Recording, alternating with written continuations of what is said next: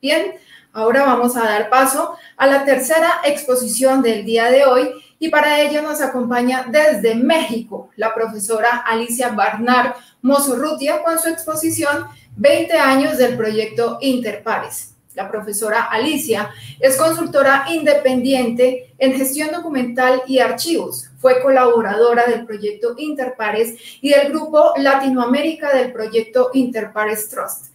Del 2005 al 2019 ha participado en proyectos de investigación y brinda opinión técnica para el desarrollo de políticas de gestión documental y preservación de archivos digitales. También ha impartido cursos y diplomados sobre archivística y gestión documental, entre otros. Participó en el Foro Iberoamericano de Evaluación Documental con sede en la Universidad de Córdoba, en Argentina, donde coordinó el grupo de evaluación de archivos digitales. Forma parte de los consejos editoriales de Tábula, revista de archivos de Castilla y León, y de la revista Entre Línea, Métodos de Información en España. Es invitada especial en el Consejo Nacional de Archivos y recibió en 2 ocasiones mención al mérito archivístico por parte del Archivo General de la Nación y finalmente de UNESCO para capacitarse en archivos digitales en la Universidad de Columbia Británica en Vancouver, Canadá,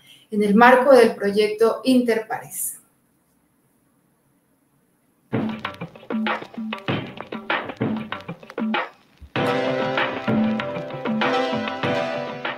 Buen día a todos y a todas. Es un gran honor para mí acompañarles en este tercer seminario de Archivos, Derechos Humanos, Memoria Histórica y Transparencia del Centro Nacional de Memoria Histórica. Agradezco a las autoridades de esta invitación, en particular a la doctora Marcela Rodríguez.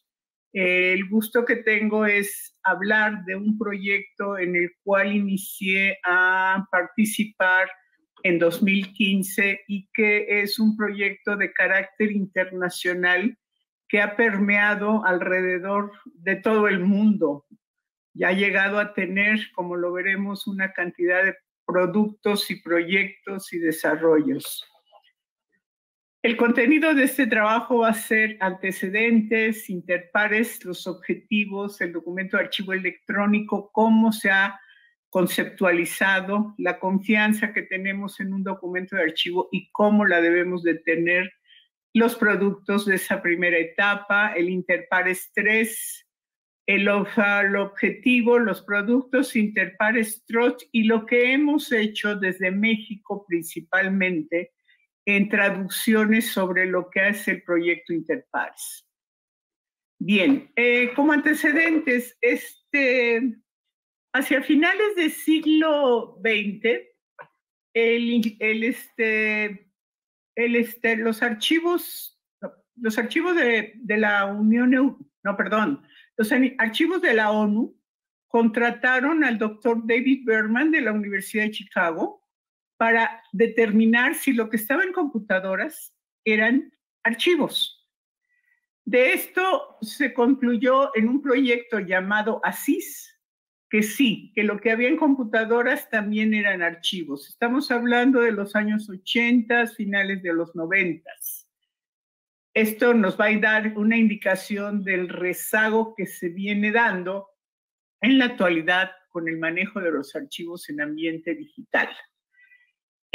¿Cuál es el primer antecedente del proyecto Interpares? Encontramos en el primer proyecto que se llama el VC Projects de la Universidad de la Columbia Británica.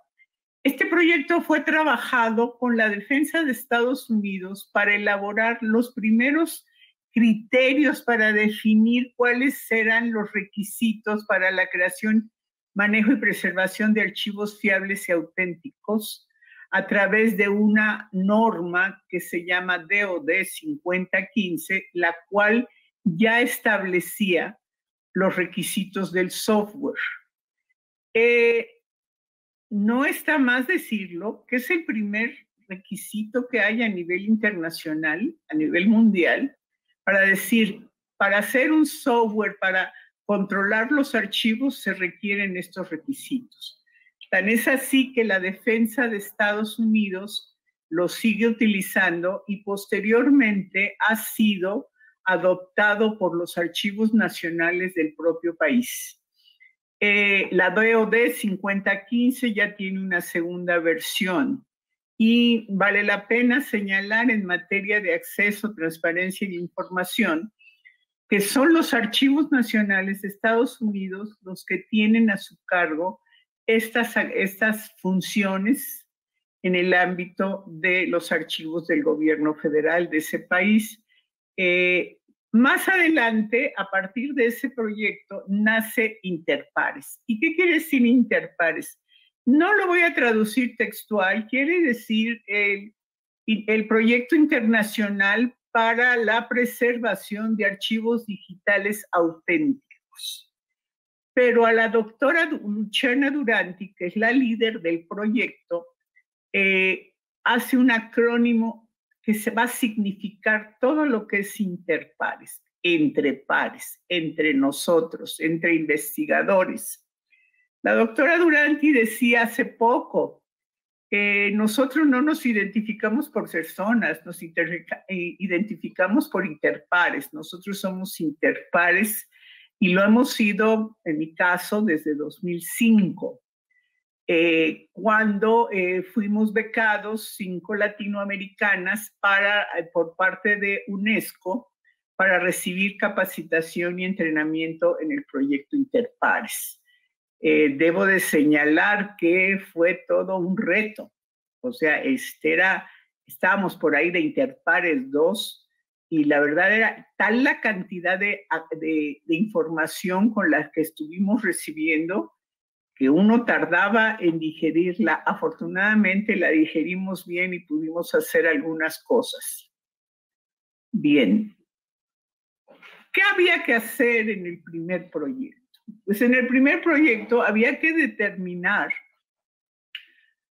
qué teoría, qué métodos iban a asegurar que los documentos digitales de archivo producidos en cualquier lugar, en ambiente digital, pudieran ser fiables, pudieran producirse de manera y forma fiable y precisa, que fueran conservados para su preservación de forma auténtica por el tiempo que fuera necesario. Interpares dejó de hablar de largo plazo, porque hasta ahorita no hay una medición clara en el ambiente digital que quiere decir el largo plazo en términos de las obsolescencias tecnológicas que, bueno, unos nos dicen, dura 20 años, dura 100 años. No, esto todavía no. Entonces, ¿de qué se trata? De mantener, a pesar de las tecnologías, todo el tiempo que los archivos sean necesarios de forma auténtica. Y yo creo que en el ámbito de la transparencia, el acceso a la información y los derechos humanos, la autenticidad de los documentos de archivo electrónico son fundamentales. Esto no quiere decir que los archivos también sirven a otras funciones, sirven a la comunicación entre pares dentro de las organizaciones, sirven a los ciudadanos para la gestión de trámites, sirven a la difusión de la información,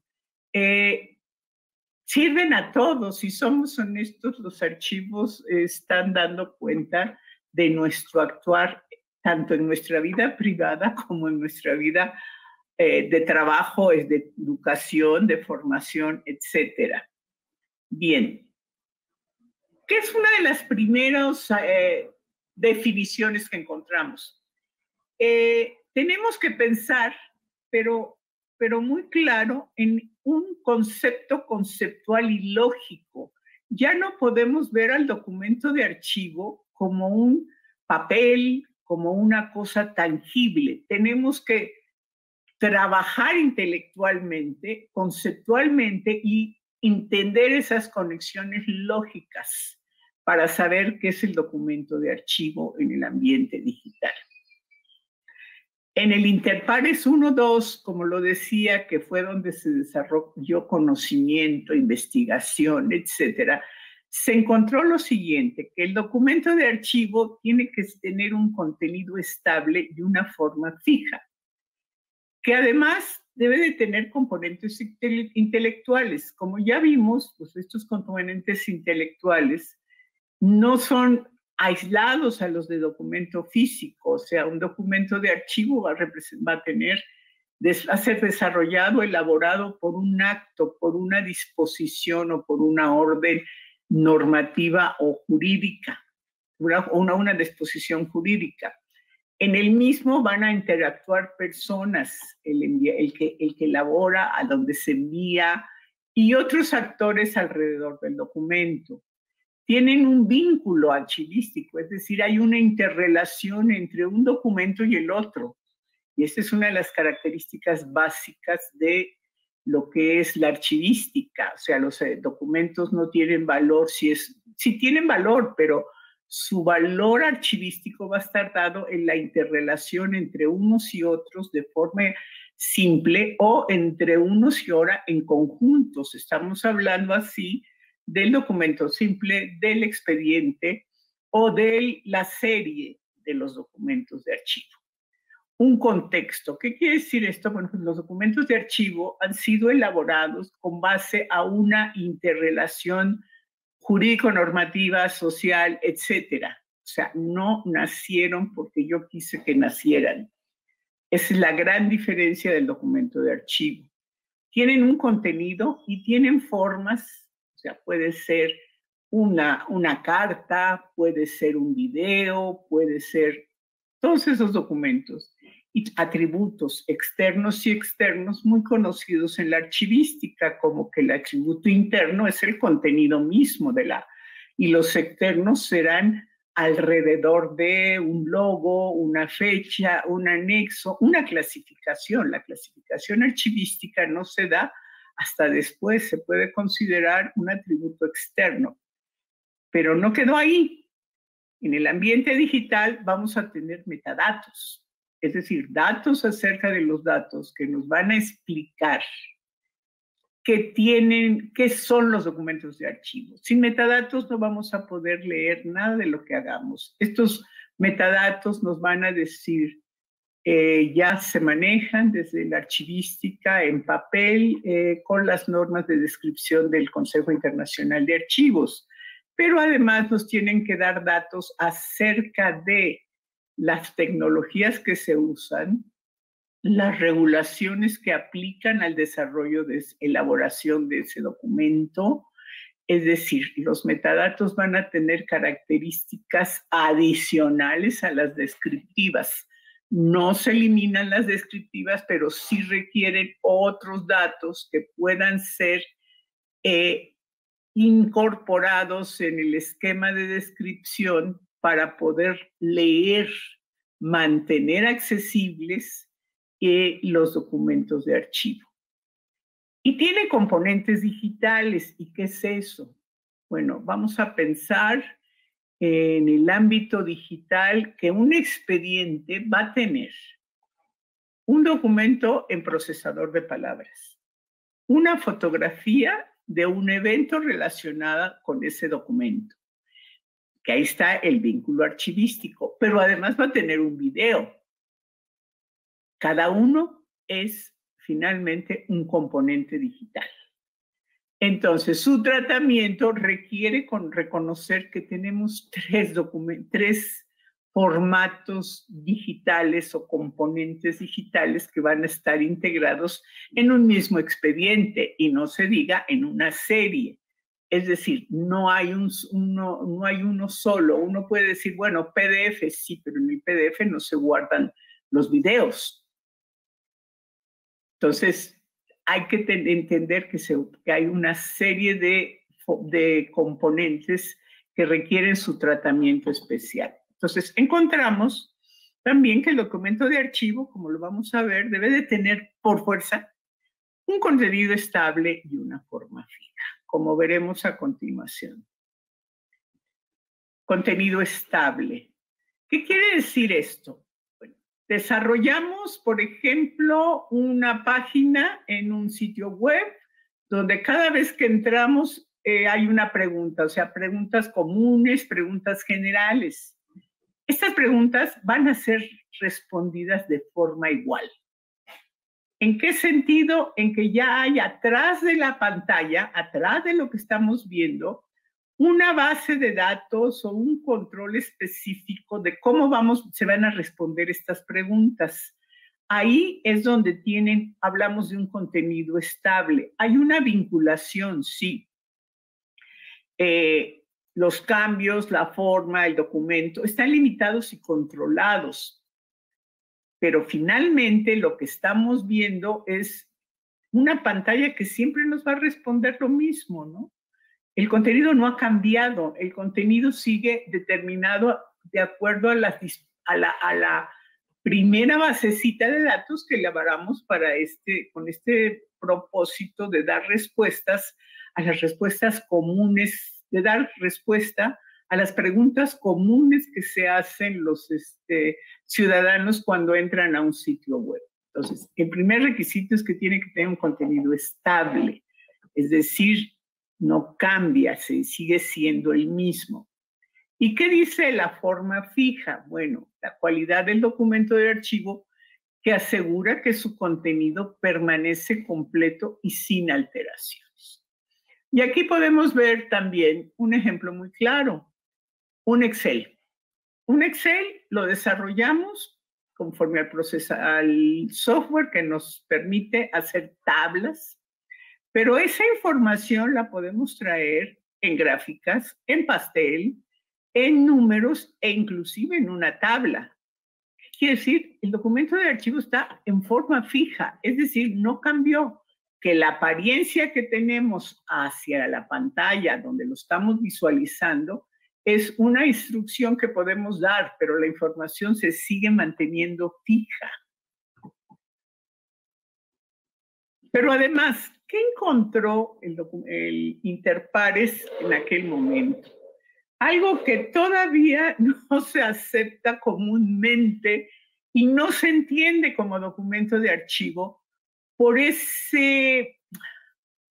sensación que existe de que queremos transferir lo analógico a la forma digital. Y eso no es posible, ¿no? Porque hay otros documentos que no los podemos llamar, deberían de ser documentos de archivo. Y ahora les comento. Primero les diré, estáticos. ¿Qué quiere decir? Pues que no hay cambios y eso lo vemos en un YouTube. Nos sentamos a YouTube y nadie puede cambiar lo que está ahí adentro. ¿Sí? Está ahí, no hay cambios, el contenido es lo que estamos viendo. Luego tenemos los interactivos. Y eso lo vemos cuando vamos a una ATM, ¿no? Ahí hay una serie de trámites, y llamémosle trámites entre la sociedad, o sea, los cuentavientes y el banco. Luego entonces lo que se está registrando es un documento de archivo. Y en este sentido, sí, por ejemplo, el Banco de México, que es el Banco Central, tiene acceso a todos esos movimientos que se hacen a cargo de ATM. Claro, los tiene temporalmente, ¿no? Porque imagínense el número de intercambios, de interacciones que se dan. Ahora pongámonos a ver en una pantalla, en un sitio de gobierno donde hay trámites, ¿sí? Voy a sacar un permiso para manejar, voy a sacar una acta de nacimiento, todos esos son trámites. Y por tanto son documentos de archivo, porque son trámites únicos, porque son seriados, porque responden a una norma o una disposición jurídica y porque están desarrollados con base en una función o atribución. Entonces, ahí tenemos otros documentos de archivo que antes no veíamos en el ambiente analógico. Los dinámicos, estos están mejor, son las bases de datos que se están moviendo constantemente, como un Excel. Sí, pero en este caso el movimiento es automático, ¿sí? Vamos a pensar en un documento dinámico y podemos empezar a ver un documento dinámico como los sistemas meteorológicos de los países. Ahí se está grabando toda la información meteorológica del país hasta por segundo o nanosegundo. ¿Y qué se hace para tener un documento de archivo ahí? Se hace lo que se llaman instanciaciones. ¿Y qué es esto? Es el congelamiento periódico de ciertas informaciones que el sistema está proveyendo, ¿sí? Yo les pongo un ejemplo. En México, el Sistema Nacional Meteorológico informa en la mañana, al mediodía y en la noche de la situación meteorológica en el país. Esos congelamientos que reporta hacia su sitio web son los documentos de archivo. Esos deberían de guardarse y mandarse a un sistema para que se conserve. Podrán haber excepciones, ¿no? Vamos a suponer que la Ciudad de México, pues estamos tanto sujetos a huracanes del lado Pacífico y a huracanes del lado del Golfo de México. Entonces, a lo mejor en casos extremos hay otras instanciaciones o congelamientos que están enviando alertas. Bueno, para el caso de ese específico también se guardan, deberían de guardarse y congelarse para estar controlados. Aquí quisiera yo señalar algo. Normalmente nuestro vocabulario no es muy claro para los colegas de las tecnologías de la información.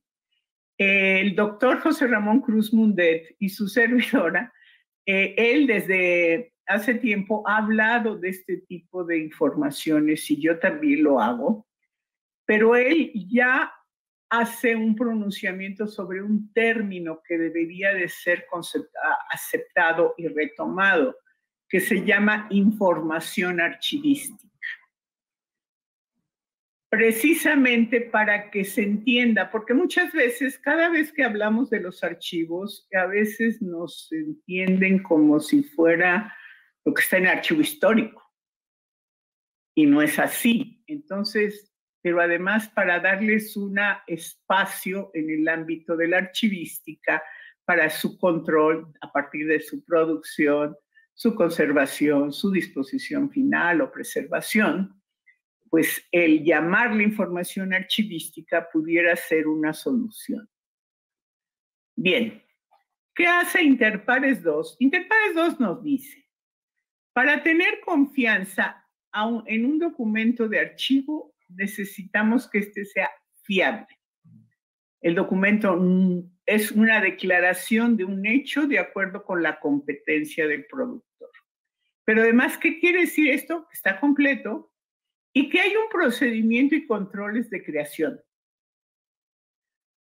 que es auténtico. El documento de archivo es lo que se propone ser. ¿Qué quiere decir para Interpares? Que es íntegro, que no se ha alterado, que no ha sido manipulado en su contenido intelectual. Aquí tenemos que tener claramente que podrán cambiar los formatos, podrán cambiar las visiones, inclusive la fuente del texto, pero los bits originales son los que queremos mantener por el tiempo que sea necesario. Además que dice que la autenticidad, pues que tiene identidad, es decir, que son únicos, porque tienen nombres, fechas, producción, asuntos anexos que lo hacen diferente de cualquier otro. Y aquí podemos poner el ejemplo de un sistema o una base de datos, por ejemplo, de epidemiología de estadísticas de COVID. A pesar de que los datos son los encabezamientos o metadatos son iguales, el cambio es diario. Entonces, cada día tenemos una información diferente. Por tanto, es idéntico, es único ese de cada día. Que es exacto, es decir, que está basado en la competencia del productor, los controles de producción y transmisión. ¿En qué sentido? En que es preciso, en que es correcto, en que es veraz y pertinente. Entonces, para Interpares y para nosotros, la confiabilidad, la confianza que podamos tener en un documento será que es fiable, auténtico y exacto o preciso. ¿Y qué produjo Interpares 1 y 2? Pues nada menos que con todas esas teorías y métodos que desarrollaron, hicieron un esquema de principios para cómo hacer políticas de preservación, recomendaciones para elaborar y mantener materiales digitales por individuos en pequeñas comunidades de práctica, lineamientos o recomendaciones de preservación. Aquí vamos a hablar de dos requisitos, bueno, que para mí son importantísimos. Creo que no viene el primero, pero sí, el segundo, pero el primero. Los requisitos para evaluar la autenticidad de los documentos de archivo.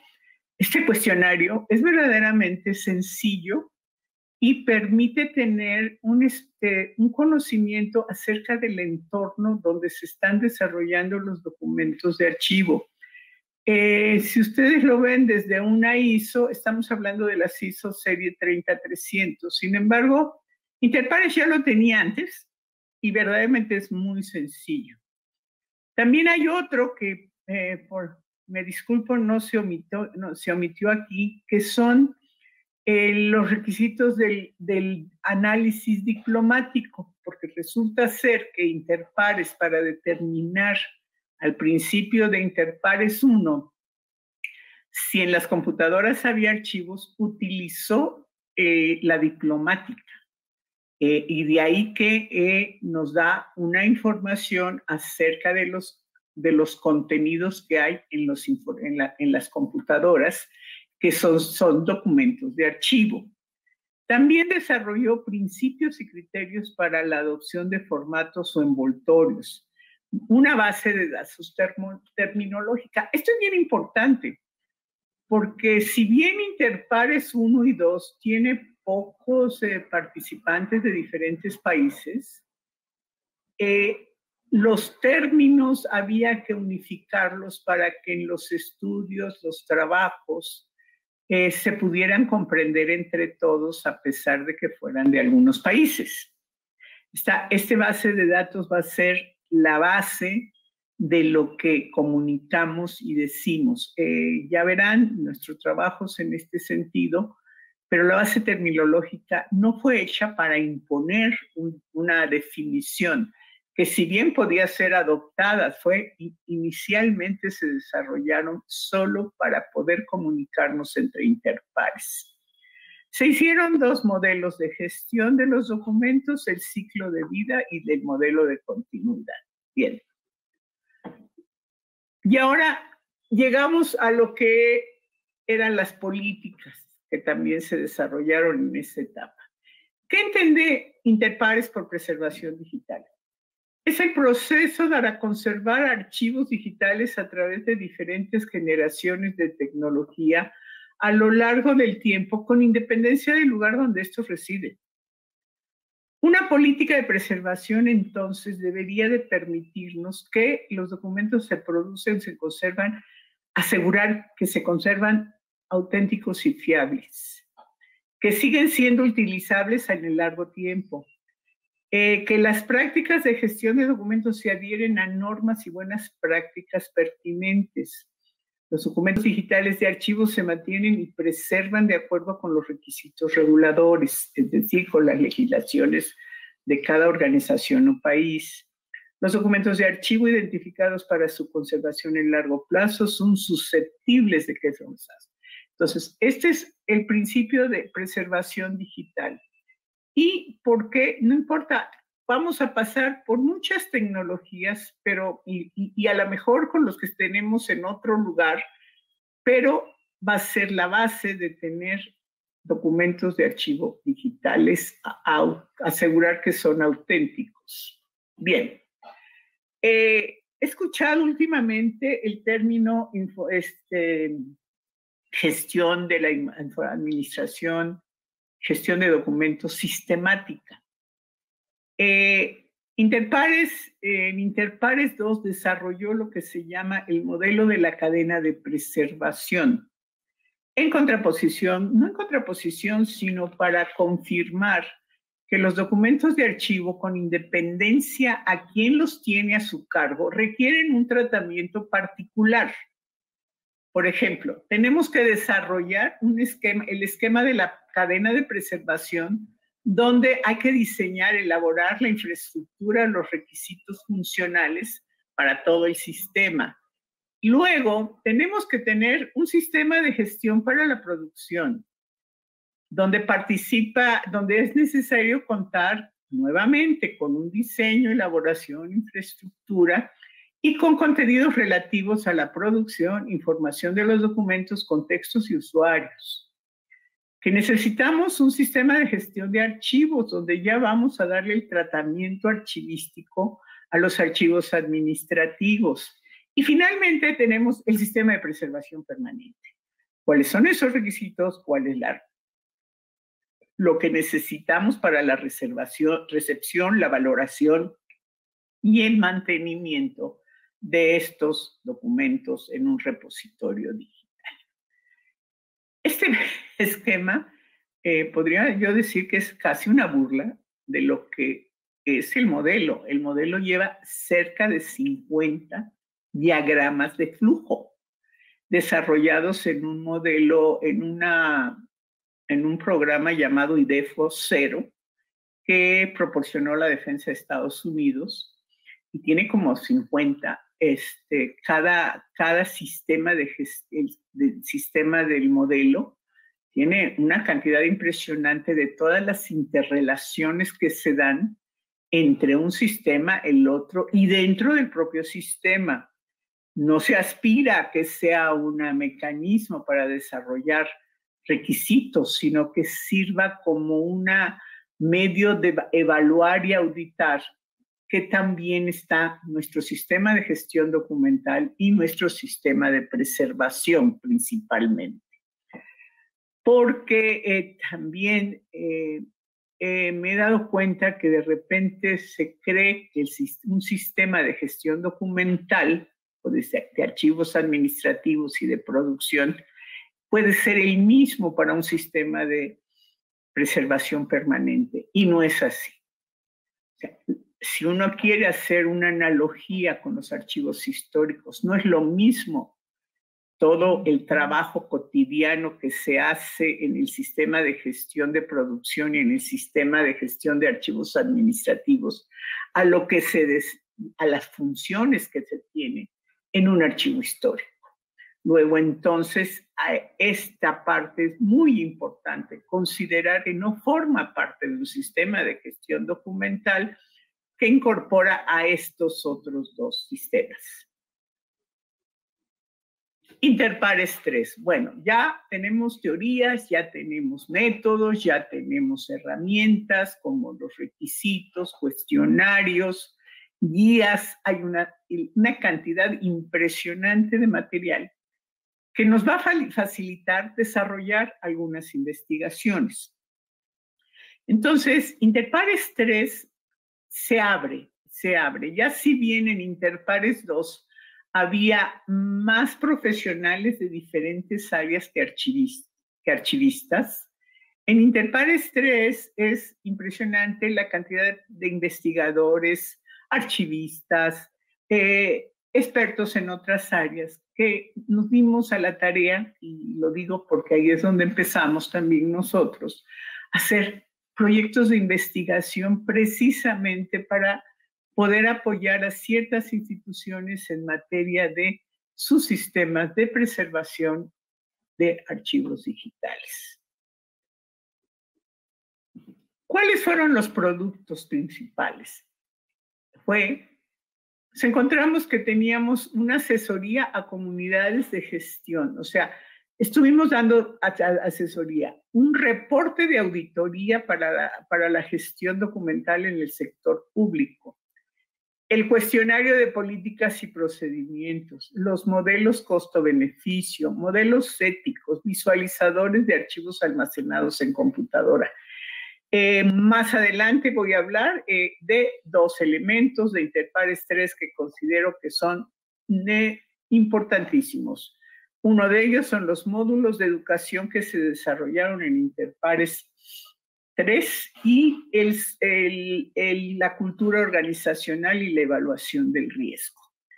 Las aplicaciones, perfiles de metadatos, software código abierto. Es decir, todo eso se trabajó en Interpares 3. cultura organizacional. ¿Qué puedo decirles? A veces nosotros en español no nos comunicamos. Tenemos términos, conceptos diferentes para una misma cosa. Entonces tenemos que aprender a buscar equivalencias. A veces queremos que todo el país aprenda nuestros términos. A veces no es así. A veces hay que aceptar que hay otras equivalencias y que debemos más bien trabajarlas en términos de que así son y así fueron, adaptados por mucho tiempo. La tecnología, sin duda, es uno de los factores que más nos ha impactado en el ámbito. No somos iguales, pero nos necesitamos los unos y los otros. Y nos necesitamos porque los tecnólogos no saben de archivos, nosotros no sabemos mucho de tecnologías. Sin embargo, sin conocer o sin entender los archivistas algo de las tecnologías, pues no nos podremos comunicar. Por ejemplo, para un experto en tecnología, hablar de un caso de negocio es algo muy práctico para el desarrollo de los proyectos y programas que tienen a cargo. Para el archivista, todavía eso es no imposible, pero no lo entienden como lo que deberían de entender para poder comunicarse con los de tecnologías. Y los de tecnologías deberían de entender que el archivo no es lo que dice el Word para guardar, el Office para guardar los archivos, ¿no? Esta comunicación así es de las más complejas porque ahí está la base de todo lo que tenemos que hacer. Metas estratégicas. Si no tenemos metas, si no tenemos un espacio en las metas de la organización, difícilmente podremos llegar a algún producto en el aspecto de los archivos digitales. Las funciones y actividades, o sea, esto sí, o sea, hay que verdaderamente delimitar la función de una persona con la función de otra. Porque en este sentido lo único que estamos haciendo es confundir y no saber dialogar. Pero luego viene algo más interesante, porque si bien es cierto que hay una misión, una visión de toda una organización, vamos a encontrar que entre la propia organización hay núcleos diferentes. Por decir algo, vamos a encontrar en un hospital que el gremio de enfermeras puede diferir en términos, en visiones con el gremio de los médicos o con el gremio de los administrativos. Entonces, a pesar de que hay una visión, la integración de estas áreas e inclusive profesiones van a ser un factor muy importante para manejar los archivos. Nunca será lo mismo manejar los archivos, coordinar los archivos de una estructura como es la de un gobierno, que los archivos de una institución de investigación. Porque se piensa siempre que las investigaciones no están sujetas a documentos de archivos más que la publicación que sale de esta. Y no es así. Atrás de esa publicación de una investigación científica hay un conjunto de información que es el proceso mediante el cual se llegó a los resultados y finalmente también es un documento de archivo. Tampoco es igual el documento de archivo o la visión del documento de archivo de una empresa de mercadotecnia que de una organización de investigación. Y así podemos ir viendo cómo los factores de cultura organizacional pueden impactar y cómo debemos aprender a manejar estas situaciones en diferentes ámbitos. Bien, había dicho yo que íbamos a hablar de los módulos, vamos a hablar más adelante. La gestión del riesgo es algo que antes no se visualizaba como una parte importante del manejo de los archivos. Sin embargo, tenemos que aprender a la gestión del riesgo, desde la parte informática como desde la parte de los archivos. Mientras la informática se va a estar abocando a minimizar riesgos en el ámbito tecnológico, la gestión de archivos requiere de minimizar riesgos en materia de acceso, en materia de visualización o de actualización de las informaciones que se tienen en el repositorio de archivos. Y llegamos a Interpares Trust 2013. ¿Qué pasó ahí? Pues que de repente la doctora Duranti, nuestra líder, sí, dijo en alguna ocasión, nosotros estamos haciendo hoy o estudiando hoy o haciendo propuestas hoy para lo de ayer, desde la perspectiva tecnológica. Y bien, a pesar de que desde antes ya la parte de los servicios interconectados en la nube empezaron a tener un gran auge en el ámbito de las organizaciones. Y esto llevaba a Interpares a desarrollar, llevó a Interpares a desarrollar un proyecto para generar esquemas teóricos, metodológicos, que sustenten el desarrollo de redes locales, nacionales, internacionales, políticas, regulaciones, estándares, legislación. Ponemos el caso de que los archivos de una jurisdicción en la nube pueden aplicarse diferente en la misma nube en otro país. Y un ejemplo, o algunos ejemplos, vamos a decir que el servicio de cómputo en la nube que yo tengo contratado tiene jurisdicción en otro país, y a pesar de que yo tengo requisitos establecidos con el contratante o con el servicio, me puedo encontrar con que el disco duro donde se encuentra esa información, pues es cerrada o es retenido por algún evento de carácter penal en aquella jurisdicción. Entonces, cuando se hacen contratos o tipos de servicio, pues habría que determinar una serie de elementos. ¿Cuál fue la metodología de Interpares Trust? Interpares Trust o Interpares Confianza. Aplicar de nuevo métodos archivísticos y diplomáticos, estudios basados en recursos, medios tecnológicos, gerenciales, relacionales, para maximizar la ventaja competitiva. Gestión del riesgo, de nuevo, cuáles son las vulnerabilidades y las formas. Teoría del diseño a fin de estudiar políticas y situaciones con variables desconocidas. Análisis digital forense. Me voy a detener un poquito aquí. En el ámbito forense, cuando se quiere determinar la autenticidad de un documento o de un material que está sujeto a una averiguación, el análisis digital no hace lo que hacemos en los archivos. En los archivos verificamos que el documento, el expediente o la serie sean auténticas. El análisis digital forense revisa todo el disco duro para ver que no ha habido un rompimiento de una cadena de la información, ¿sí?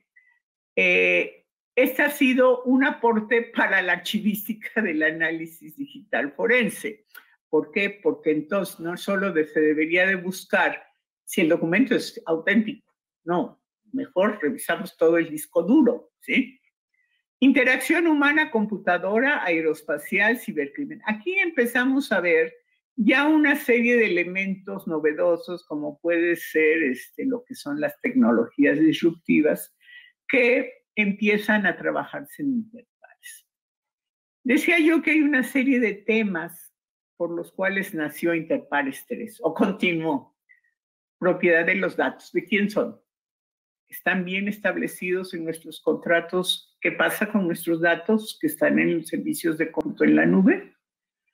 ¿Qué vamos a hacer con ellos o qué va a pasar cuando una empresa que está guardando la información cierre. ¿Cómo sabemos dónde está el respaldo de nuestros archivos, dónde se ubica y qué medios de actualización se tienen? ¿Cómo tenemos disponibilidad de acceso y fiabilidad? ¿Cómo se maneja la retención y disposición? ¿Cómo se da mantenimiento al almacenamiento de esos materiales que tenemos en servicios de cómputo en la nube? ¿Qué tan seguros son? ¿Qué pasa con la ubicación? Como ya lo decía, ¿dónde están tanto la sede como el respaldo de ese sistema? ¿Y cómo se hacen las transferencias? Vuelvo, ¿qué pasa con una terminación de contrato? ¿Cómo las están preservando? La confiabilidad o confianza que tenemos en ese servicio de nube. Recordemos, no obstante, que en el servicio de nube tenemos los servicios de nube públicos, no recomendables para archivos, más que para su difusión. Los sistemas híbridos, donde hay hay manejo de una institución con un servicio privado, o los servicios eminentemente públicos. Realmente es todo un análisis el que hay que hacer, pero desde la archivística, no solo desde las tecnologías, cuando se haga un contrato de servicio de cómputo en la nube. Bien, ¿y qué produjo Interpares Trust? Pues 4 libros. Antes en Interpares 1 se produjo un libro, en Interpares 2 se produjeron otro libro, en Interpares 3 también. Pero en Interpares 4 resulta que ya había hubo cerca de 450 investigadores. El de Latinoamérica, el de América Latina, no es solamente un producto de Interpares Trust. Es un producto de los trabajos que se hicieron a lo largo de Interpares desde 2006 más o menos a cuando terminó Interpares Trust. ¿Y por qué es esto? Porque quienes colaboramos en el proyecto Interpares fuimos un grupo mínimo que nos dedicamos a hacer o a seguir colaborando con el proyecto. Cuando nosotros recibimos capacitación en la Universidad de Columbia Británica, estábamos representados Cuba, Argentina, Perú, Brasil y México. De estos núcleos se pudieron hacer ciertos proyectos de investigación y mucho tuvo que ver con el compromiso adquirido con la UNESCO y la sede del proyecto Interpares, en términos de que por recibir esa capacitación nosotros íbamos a difundir. Bueno, sucede que en México lo tomamos muy a pecho y nos dedicamos pues hasta donde nos permitió el trabajar fuera de una institución, hacer trabajo de Interpares y divulgarlo, no solo en México, sino en países. Tengo el gusto de haber estado en Colombia, creo que desde 2007, hablando de Interpares, y sigo haciéndolo con un enorme gusto. Siempre estará cerca de mí Colombia por estas oportunidades que se nos dieron para hablar del proyecto y promoverlo. Bien, la terminología de Interpares. Como decía yo, las actividades empezaron no formalmente, con traducción de diferentes materiales al español. ¿Por qué? Perdón. Como ya lo dije, como un medio común para ser usado en las actividades de Interpares, para apoyar a las audiencias a entender mejor las características acerca del documento digital de archivos, su producción y conservación, para conocer términos de otros campos del conocimiento vinculados a los documentos digitales. Esa fue la razón por la que nos involucramos en el asunto de empezar a traducir. De hecho, esto da origen a que varios más se dedicaran a este trabajo, pero inicialmente fue México y Brasil los que empezamos a hacer traducciones de los términos a nuestros idiomas.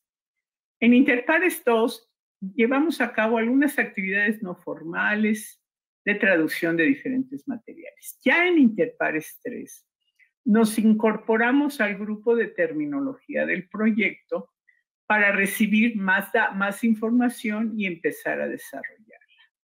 Esto da lugar a un glosario que trabajó, debo de reconocer, con mayor ahínco el doctor Juan Buchás. ¿Y por qué con mayor ahínco? Porque él es experto en tecnologías. Entonces, no solo tomó lo que decía Interpares, sino que además incluyó otro tipo de términos tecnológicos que muchas veces los archivistas no entendemos. Entonces, ese glosario es verdaderamente un trabajo con muchos, ¿cómo diré? Con muchos deseos de comunicar y que sirva para algo. Debo decir que el glosario tiene que ser actualizado, ¿eh? O sea, requiere revisarse y actualizarse. Los términos han sido incluidos también en la base de datos de terminología archivística del Consejo Internacional de Archivos y fueron utilizados parte de estos en el Foro Latinoamericano para el Proyecto de Evaluación de Archivos con sede en la Universidad de Córdoba. Es decir, la terminología ha sido un apoyo de alguna manera a el idioma español en nuestra región latinoamericana. Como decía, se necesita seguir. De hecho, en Interpares TROS, si uno entra a la base terminológica del proyecto Interpares TROS, va a encontrar que ya tenemos algunos términos traducidos al español, pero todavía falta mucho. Y yo no diría traducidos, definidos, porque aquí hay una definición, o sea, cómo entendemos ese término en inglés. Y muchas veces es de lo más conflictivo, porque de repente tomamos el término en inglés cuando existe en español, porque tampoco nos gusta mucho tratar de conceptualizar. Hay términos en inglés que se deben de aceptar tal cual, pero se deben de explicar. Y hay otros que no deberían estarse usando cuando tenemos equivalentes en el idioma español, que por cierto es el segundo o el tercero que se habla a nivel mundial. Aquí hay otras traducciones que hicimos. Bueno, en Interpares 3 hicimos documentos de presentación del proyecto, traducciones de los casos de estudio utilizados en Interpares 3, cuestionarios para análisis contextual y diplomático. Todos los materiales fueron traducidos y se encuentran en la página de Interpares 3. Por su parte, Juan Buchás tradujo estas dos pequeñas guías que son una joyita porque tienen materiales, información muy sintética y útil para cómo se debe de preservar el documento de archivo digital en las organizaciones a partir desde la valoración. Aquí en la valoración documental de archivos digitales debemos de señalar que los criterios de contenido intelectual serán siempre o por lo general los mismos que los documentos de archivo analógico. Sin embargo, debemos de considerar en el ambiente digital, pues tenemos que cuidar este asunto de los componentes digitales que les decía, ¿no? Habrá que ver cómo los vamos a guardar para el futuro, si es que son documentos con valores que ameritan largo plazo o durante el tiempo que sea necesario. También necesitamos saber si son auténticos. Hay una serie de elementos que antes no se consideraban para los archivos físicos, pero ahora se tienen que considerar. Los formatos, el software y la factibilidad de ser preservados, que no quiere decir que no los voy a preservar, pero a lo mejor tengo que desarrollar alianzas estratégicas de manera que se puedan preservar, no en mi repositorio, pero sí en otro. En fin, son procesos que son diferentes.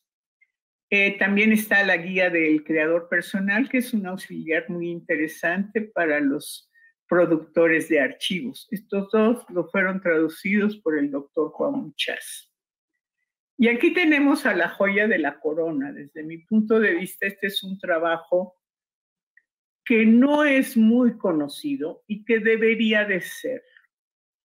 Está ahorita en el sitio, se encuentra en el sitio del Archivo General de la Nación en México. Y este es un producto de Interpares 3.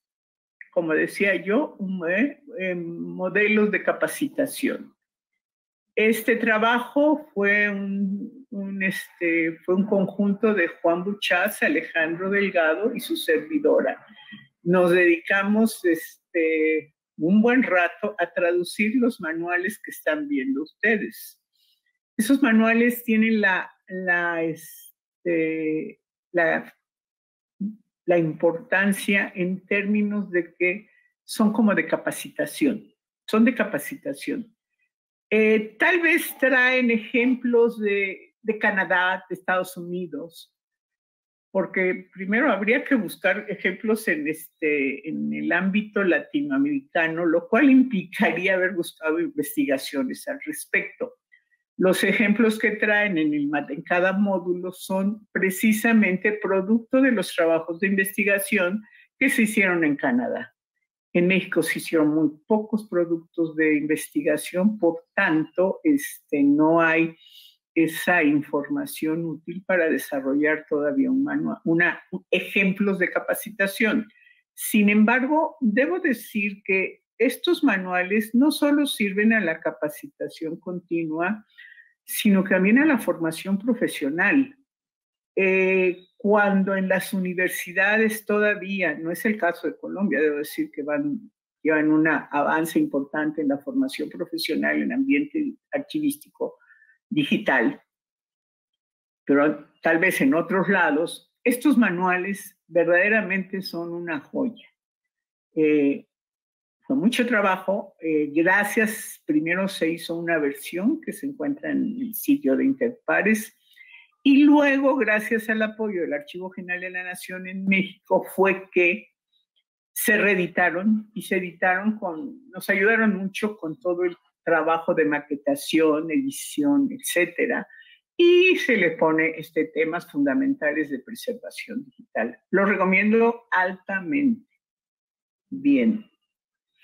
También nos dedicamos a promover libros, algunos textos o capítulos sobre archivos digitales, donde tratamos de dar a conocer más información sobre lo que hay en el ámbito digital. Estos son dos, todos ellos fueron desarrollados con el apoyo de la Universidad Autónoma de Puebla. Acá tenemos otros dos, estos ya son de nuestra autoría, Barnard, Delgado y Buchás. El primero, ya estuvimos desarrollando los capítulos de cada uno. Y en el segundo, Barnard y Delgado, desarrollamos el segundo módulo. Hasta ahorita es lo que tenemos. No estoy no estoy aquí incorporando los trabajos de investigación que tenemos. Sin embargo, les puedo decir que en investigación que hicimos en México tenemos dos estudios sobre desarrollo de políticas de preservación digital en Interpares 3, y en Interpares Trust tenemos uno sobre la información que se sube a plataformas en cuanto a transparencia y a solicitudes de acceso a información, y un cuarto, que desarrollamos conjunto con mis colegas Aida Luz Mendoza y Gabriel Andaur de Chile, en términos de qué era lo que encontrábamos también en gobierno abierto o portales de transparencia desde el punto legal, desde el punto de vista de los entornos. Y encontramos que los archivos prácticamente no son considerados. Mucho me gustaría seguir hablando, pero creo que con esto ya tienen ustedes un panorama de lo que fue, lo que es Interpares y lo que esperamos que en algún momento continúe. Todavía no se sabe si continuará o no. ¿Y cómo funcionaba Interpares? Interpares funcionaba con base a financiamiento del Consejo de Ciencias Sociales del Canadá, que permitía al grupo sede, la doctora Duranty y su equipo, llevar a cabo eventos internacionales para conjuntar investigadores de diferentes países en ciertos proyectos de acuerdo a la política de cada sección de Interpares, Interpares 1, Interpares 2, y como les decía, al último había cerca de 450 investigadores de todo el mundo. Interpares, como bien lo decía la doctora Duranty, entre pares. No solo se dedicó a trabajar de 9 a 5 cuando llegábamos a los eventos de reuniones de trabajo, de 9 a 5, porque ahí teníamos puesto nuestro desayuno y nuestro lunch para no movernos, sino que también teníamos esa relación humana de entre pares en alguna cena frecuentemente, donde por más que quisiéramos, no nos podíamos abstraer de la archivística, pero sí de la fraternidad y amistad que entre pares se dio gracias a Proyecto Interpares. Esperamos que próximamente el proyecto pueda seguir adelante. Por mi parte, creo haber concluido con esta presentación. Les agradezco de infinito nuevamente al Centro de la Memoria Histórica el haberme permitido estar con ustedes en este evento. Muchas gracias. Estoy a sus órdenes.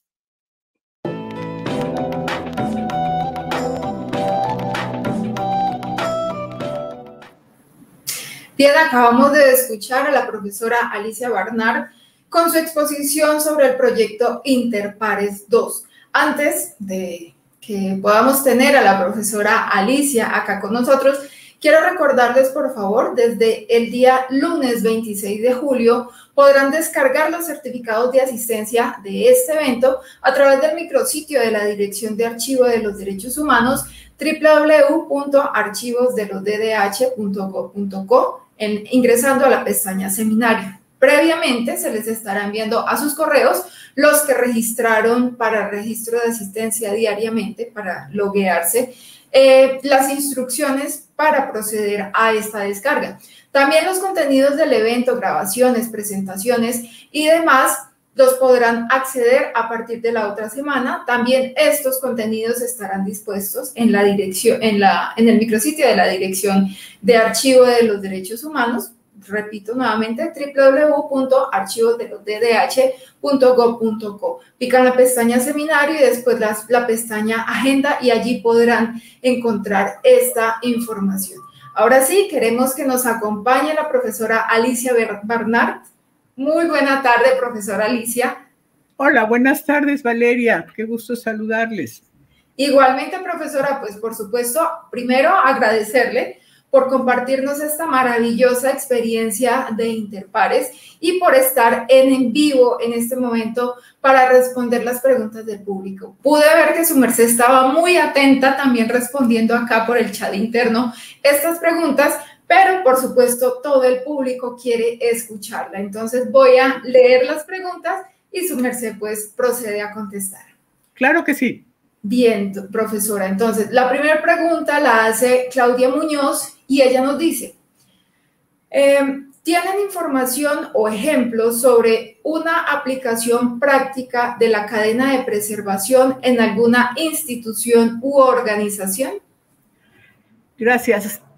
No la conozco.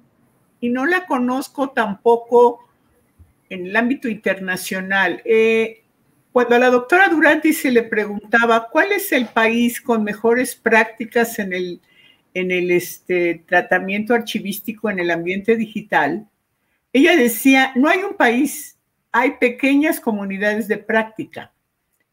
Puedo decir, por ejemplo, en México, el Instituto Nacional de Transparencia y Acceso a la Información tiene un sistema muy completo desde la producción y está trabajando hacia archivo histórico. Por ahorita ya el sistema de gestión documental es un sistema muy robusto. No sé, es que aquí hay algo muy interesante que decir. Hay normas, hay procedimientos en varios países, pero no tenemos gran conocimiento de cómo se han instrumentado. Lo que sí sabemos es que urge, y en México las disposiciones legales ya no los obligan. Decía yo que hay un estudio en el libro de Interpares Latinoamérica donde desarrollamos la política y los procesos a todo lo largo del ciclo de vida. Se puede consultar y les voy a mandar más adelante todas las citas bibliográficas de la presentación. Perfecto, claro que sí, profesora Barnard, porque precisamente en el chat nos estaban preguntando dónde se podrían consultar estos manuales y demás recursos. Sí, se los voy a enviar, o sea, no ahora, pero sí envío todos los recursos que estamos nombrando que están en ambiente digital, porque hay unos que no lo están. Claro que sí, profesora, lo agradeceríamos inmensamente. Tenemos una segunda pregunta y nos dicen, en este modelo de archivo para implementar políticas de preservación de archivos digitales con valor histórico para México, ¿qué recomendaciones podría dar para conservar nuestros archivos de derechos humanos, dado que, como indicó, la tecnología es cambiante y por su continua obsolescencia, debiéndose garantizar que los documentos sean fiables, auténticos y precisos? Si vemos la cadena de preservación, y también las normas ISO hablan de que el control archivístico para garantizar autenticidad inicia inclusive con el diseño del sistema de gestión documental. Si nosotros tenemos un sistema de gestión documental automatizado robusto y seguimos durante toda la etapa activa o semiactiva, los que yo llamo administrativo de los documentos de archivo, vamos a asegurar autenticidad en ese momento dinámico de los archivos. Una vez que se ha dispuesto que estos archivos pasan a un archivo histórico, entonces viene la segunda parte. Hasta ahorita, a veces, como decía yo en la presentación, se cree que los archivos históricos deben de tener el mismo tratamiento. No.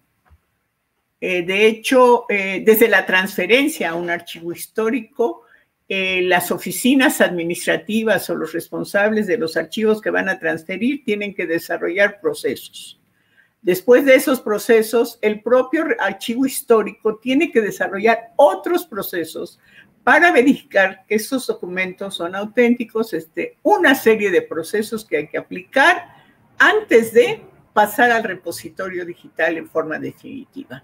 Estando en el repositorio digital en forma definitiva, hay otros procesos de mantenimiento, de planeación, de administración y, por último, el servicio a usuarios. Esto sería el proceso básico que también está muy relacionado con el modelo OISE de preservación en el largo plazo.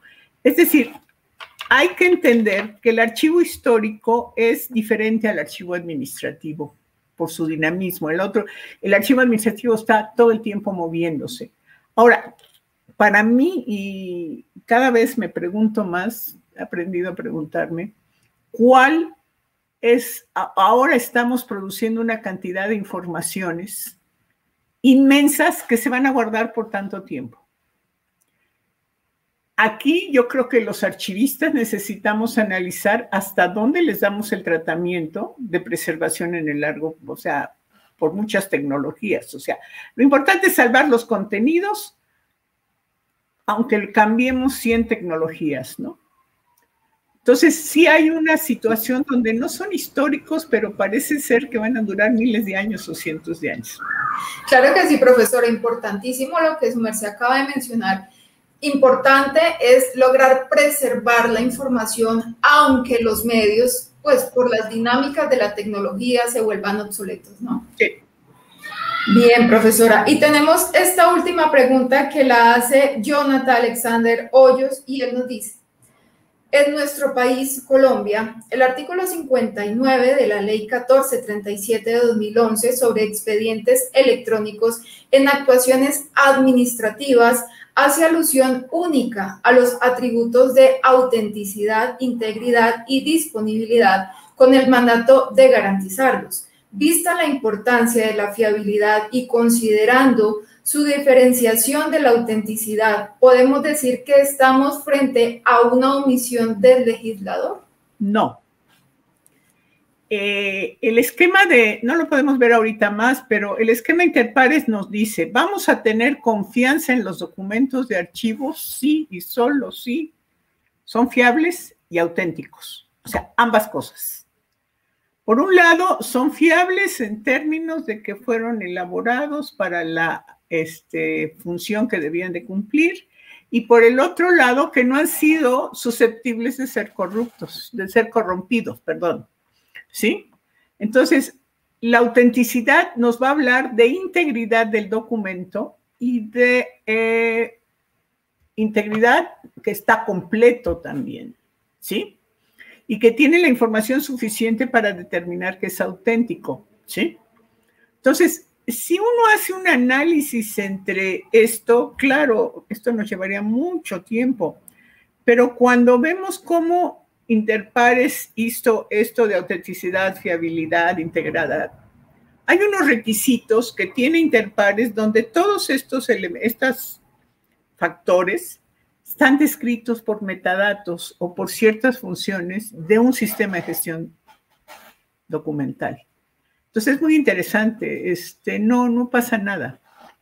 Hay omisiones de legisladores, pero pues también las tenemos muchas y no podemos hacer mucho. Tenemos que navegar alrededor de ellas. Claro que sí, tener la suficiente experiencia y conocimiento técnico para poder precisamente abordar estas omisiones, si se quiere. Esta omisión en la Constitución de nuestro país dice que los archivos deben ser actualizados en lugar de organizados. Entonces hemos tenido que trabajar alrededor de actualizados, ¿sí? Interpretándolo como un equivalente de organizados, porque si no, caemos en el lenguaje, como dice la autora Heredia. Si hay alguno de los aspectos que afecta a la archivística, es la legislación. Porque los legisladores son muy estrictos, son muy conservadores inclusive en sus términos. Por supuesto, en sus términos precisamente legislativos. Pues, profesora Alicia Barnard, un placer haberla tenido en este espacio. Nuevamente que nos hubiera compartido toda esta experiencia de este proyecto Interpares. Esperamos que nos pueda volver a acompañar seguramente en nuevos escenarios como este, que lo que buscan es poder proporcionar cierta conciencia de la importancia de estos archivos, del manejo de los archivos y su vínculo con los derechos humanos, la memoria histórica y la transparencia. Valeria, muchas gracias. Angie, muchas gracias por la traducción, por la información. Gracias a todo el equipo que hizo este evento que fuera un éxito y les saludo mucho, con mucho afecto desde México. Buen día. Igualmente, profesora, un feliz resto de día para usted.